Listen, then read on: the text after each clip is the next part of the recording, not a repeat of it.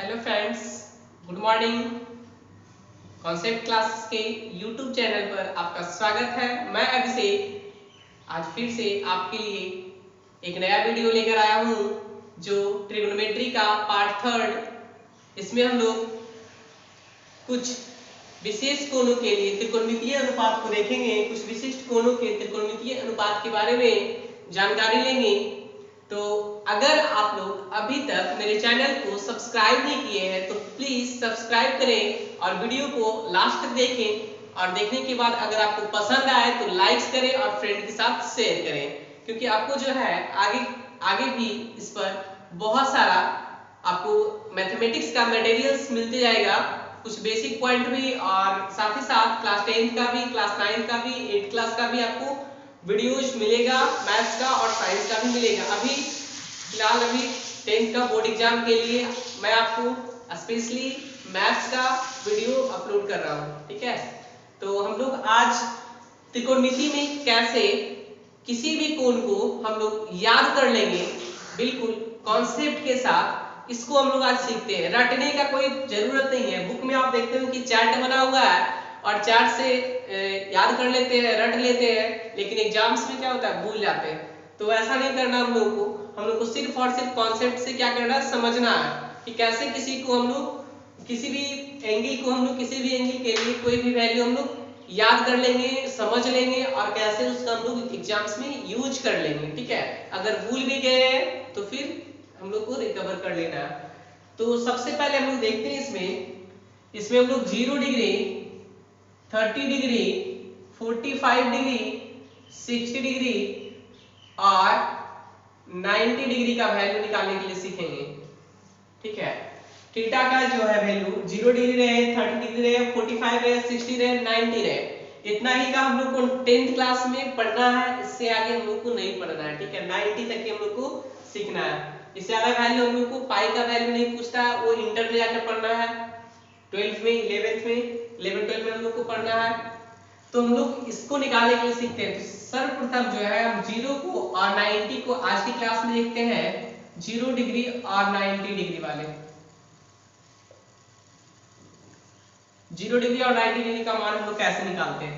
6 निष्पत्तियां होती है, sign, cos, tan, सेक, cosec. किसी को पूछेगा साइन 0 डिग्री का वैल्यू क्या है, कॉस 90 का वैल्यू क्या है, आपसे डायरेक्टली कोई अगर व्यक्ति पूछता है तो निश्चित रूप से आप भूल जाते हैं। कितना भी आप रट लिए क्लास में, ट्यूशन में आप कहीं भी पढ़े, रट लिए लेकिन भूल जाते हैं। लेकिन आज जो है मैं आपको एक ट्रिक बताने जा रहा हूँ, लाइफ में आप कभी नहीं भूलिएगा। चाहे आप 11 12 में जाइए, उसके बाद ग्रेजुएशन की पढ़ाई कीजिए आप मैथ से, या फिर आप जो है आगे का कंपटीशन का तैयारी कीजिए, आपको कहीं भी कोई प्रॉब्लम जिंदगी भर के लिए आपको याद हो जाएगा। मात्र आप इस वीडियो को सिर्फ देखिए, अंत तक देखिए, बने रहिए, इसमें ध्यान दीजिएगा। तो हम लोग एक पॉइंट लेते हैं, एक कोऑर्डिनेट प्लेन लेते हैं, ठीक है।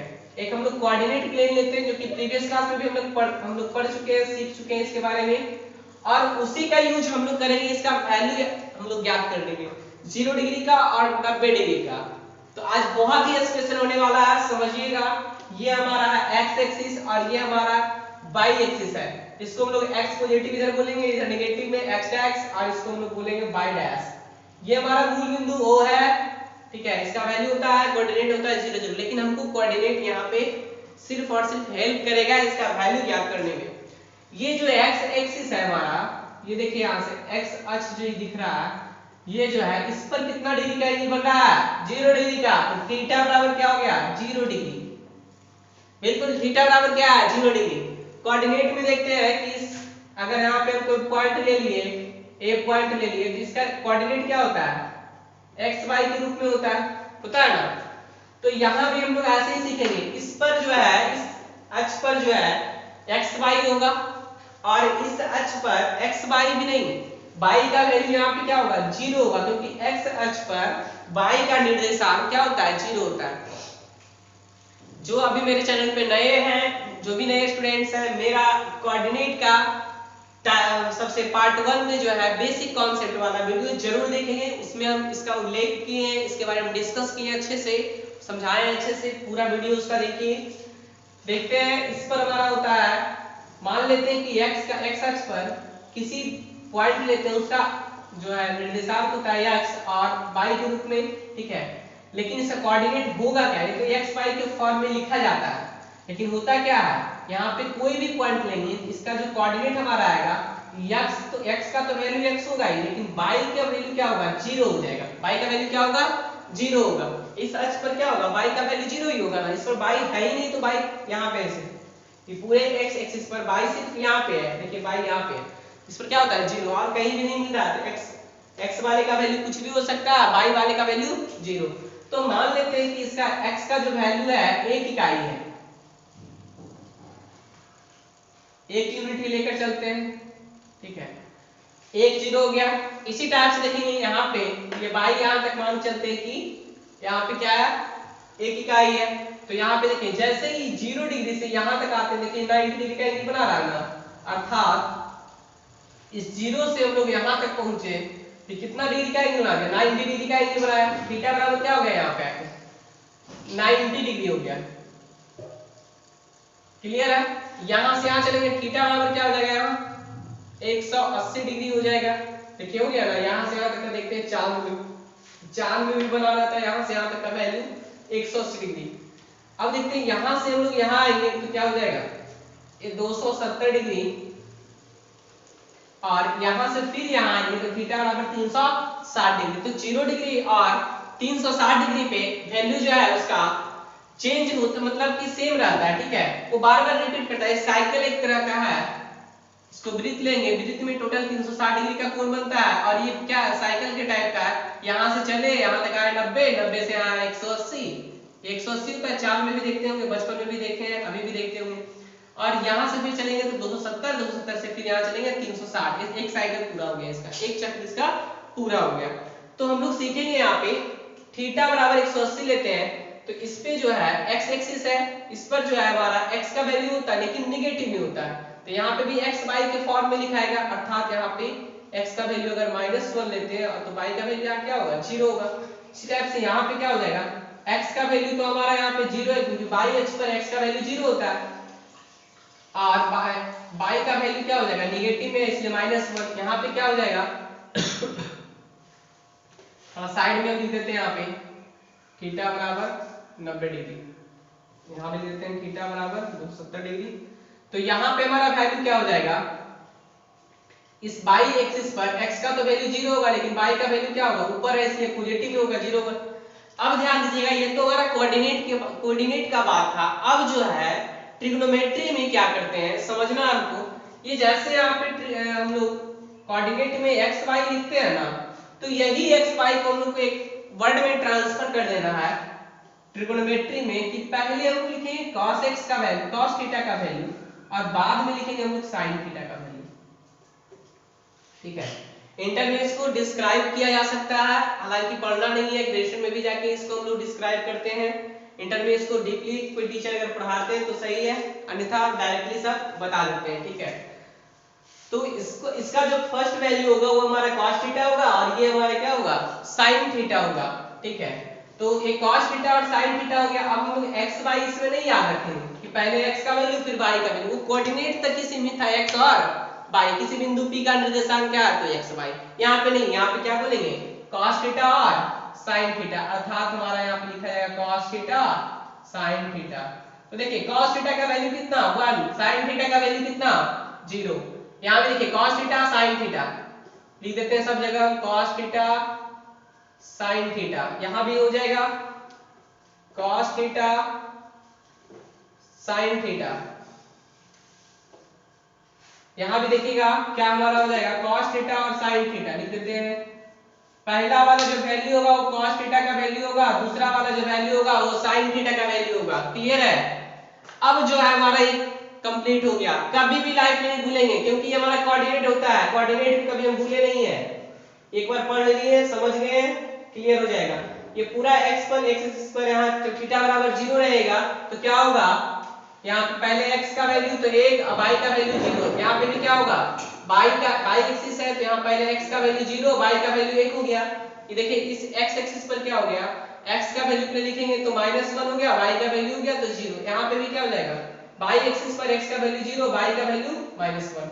हम लोग याद रखेंगे cos थीटा और sin थीटा का, बहुत ही आसान तरीका है। अब हम लोग जब थीटा बराबर 0 डिग्री रखते हैं तो देखते हैं,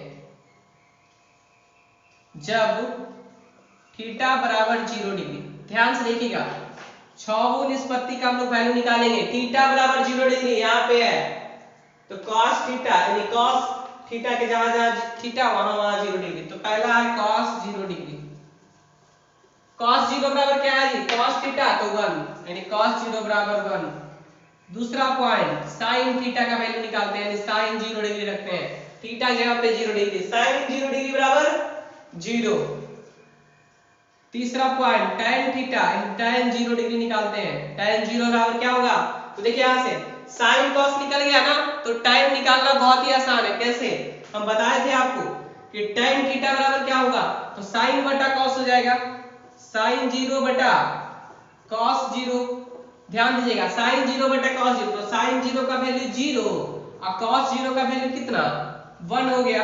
क्लियर है ना, तो 0 बटा 1, 0 में किसी भी संख्या से आप भाग दे दीजिए ना, वो क्या होगा, हमेशा इसका वैल्यू क्या होगा, 0 ही होगा। अब देखिए 3 पॉइंट हमारा निकल गया। अब इसी का उल्टा cot, चौथा हो गया cot 0 डिग्री। तो cot 0 क्या होता है, tan का उल्टा 1 बटा tan 0, या cos 0 बटा sin 0 कर सकते हैं, cos 0 डिग्री बटा sin 0 डिग्री। तो cos 0 डिग्री का वैल्यू क्या है 1, 1 बटा 0 क्या हो जाएगा, तो देखिए हम लोग पढ़े थे परमेशन के अंदर भी कि p बटा q को परमेशन कैसे करते हैं, ठीक है।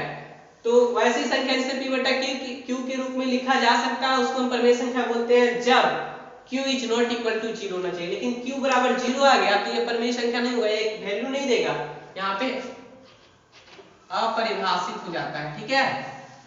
पांचवा पॉइंट हमारा है sec थीटा, यानी sec 0 डिग्री का वैल्यू। तो sec 0 का वैल्यू क्या हो जाएगा, sec 0 होता है 1 बटा cos 0, बताए थे ना प्रीवियस क्लास में, देखिएगा इसके पहले वाला वीडियो, यानी कि ट्रिग्नोमेट्री का part 2 basic concept basic formula वाला वीडियो आप देखिएगा, उसमें आपको अच्छे से इसके बारे में हम डील किए हैं कि sec 0 बराबर क्या हो जाएगा cos 0, यानी sec थीटा बराबर 1 बटा cos थीटा। तो sec 0 बराबर क्या हो गया 1 बटा cos 0, अर्थात 1 बटा cos 0 का वैल्यू कितना 1, तो 1 बटा 1 बराबर कितना हो गया 1 हो गया, अर्थात sec 0 बराबर 1। cosec 0 निकालते हैं, cosec 0 डिग्री बराबर क्या हो जाएगा 1 बटा sin 0 डिग्री। तो 1 बटा sin मतलब 1 बटा sin 0 डिग्री का वैल्यू 0, तो 1 बटा 0 फिर आ गया, तो अपरिभाषित हो जाएगा, इसको हम लोग अपरिभाषित बोलते हैं, ठीक है, अपरिभाषित, इसका वैल्यू नहीं निकल पाता है। क्लियर है, तो आपको अच्छे से समझ में आया होगा 0 डिग्री का वैल्यू। देखिए अब आपको रटने का जरूरत नहीं कि cos 0 क्या होगा sin 0 क्या होगा, ऐसे क्या होता है बार बार रटने से, चार्ट से देखने से याद नहीं रह पाता, याद करते हैं भूल जाते हैं, याद करते हैं भूलने का झंझट ही खत्म। जब आप भूल गए, आपको मान निकालना है, तुरंत ऐसे कीजिए, यहाँ पे हमारा क्या था, तो इस पर 1 और इस पर पाई का वैल्यू 0, यहाँ पे क्या हो गया हमारा 0 डिग्री का निकल गया, यहाँ पे हमारा क्या हो जाएगा 0 1, ये cos थीटा ये sin थीटा, cos 0 बराबर 1 sin 0 0, cos 0 0 सॉरी cos 90 0 और sin 90 1।